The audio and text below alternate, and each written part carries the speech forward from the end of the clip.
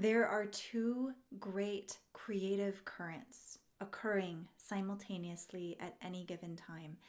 They are feeding information and they are feeding innovation. And understanding how these two currents work and how to work with both opens you up to intelligence and range of skill far beyond just one current domain.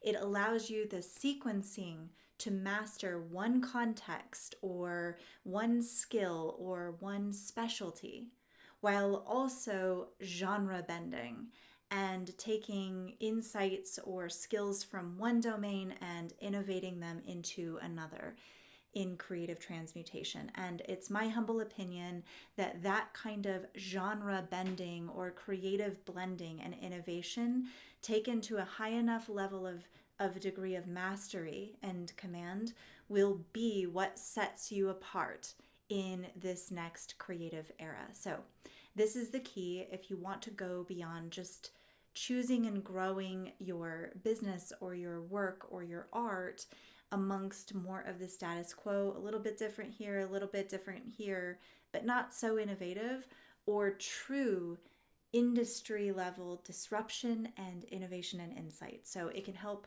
on small scopes with your next book, your next idea, your next video, or it can help in large scopes with trailblazing complete industry reinventions. Okay, so let's get into it. There are these two great currents. I'm going to call them Channel A and Channel B. Channel A is direct contact. This is like problem, solution, question, answer. It's like you have a desire, here's step A, B, C, D, etc. It's linear, it's important. By the way, most mastery skill acquisition happens in Channel A. There is reputable, repeatable, demonstratable command of a particular domain.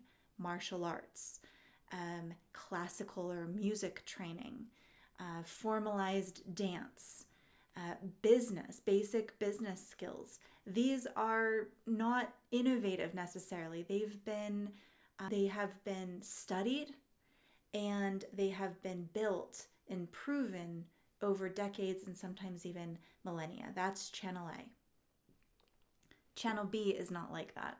Channel B is this invisible current around us of non-linear intelligence, and it's linked to field coherence. By the way, we teach and train field coherence amongst 5 other coherences in our Somatics Academy and Mastermind the Prestige.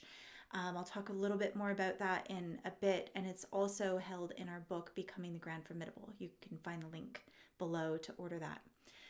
But Channel B is this non-linear field all around us of creative intelligence. We might call it synchronicity, luck, both unconscious and conscious. And it's not just given to chance. Like, there are actually ways that we can dial up our influence and command within that field. And that's what I want to hit today. Okay, so let's get into it. If you're wanting to dial up your mastery of nonlinear intelligence, here's 3 ways that you can start to do this creatively. You can experiment today. The first one is to train yourself to pay attention. Sounds pretty simple.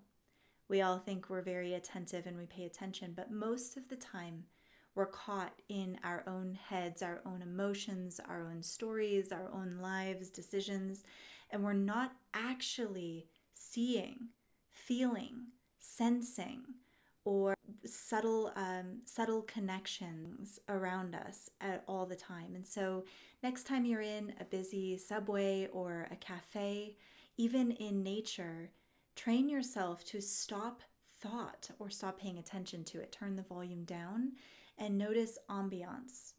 What do you notice on your skin? What do you notice in conversations around you? What are random words that start sticking out to you? An offhand comment from somebody, a piece of music, the lyrics of it or the rhythm of it. Like, start to notice these subtleties and pay attention. Also, don't forget, maybe take a little notebook with you. Second, either in that moment or later, as you're reflecting. What is the significance of that thing? So this is interesting in channel B because I want you to picture channel B like a current, like a river. It's always flowing, right? So things are happening all the time, sounds, sensations, conversations, etc. It's all happening. But your ability to filter signal from noise is channel B mastery. And so then you're in this river and you know to pick up a thing like a stick from the river. Why do you pick it up? That's the nonlinear intelligence at work. So it's almost like I've also heard it described as a green highlighter. These are the words that I pay attention to. This is the conversation that stuck with me. But notice what's sticky. And then that's what you're going to reflect on. The rest just passes on. And that you say, what's the significance of that to me? What's interesting about that? And you kind of turn it around like you're turning the facet of a diamond.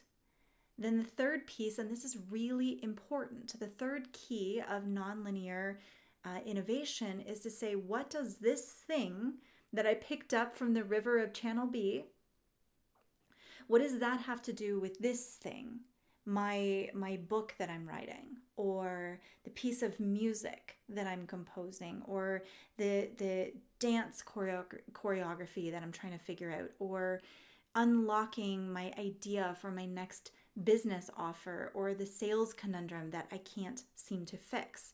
So you actually have to train the muscle memory of connecting a thing that seems unrelated with the thing that you're trying to solve for. This was the creative impulse why we design our events within the Prestige. So held within the way that we work, we have linear mastery training held within the coaching circles, what we call the substrate. These are building the solid foundations of what we call becoming formidable. Mind and body mastery, business command, somatic range and intelligence. But then we have the non-linear, and these were the events as catalysts.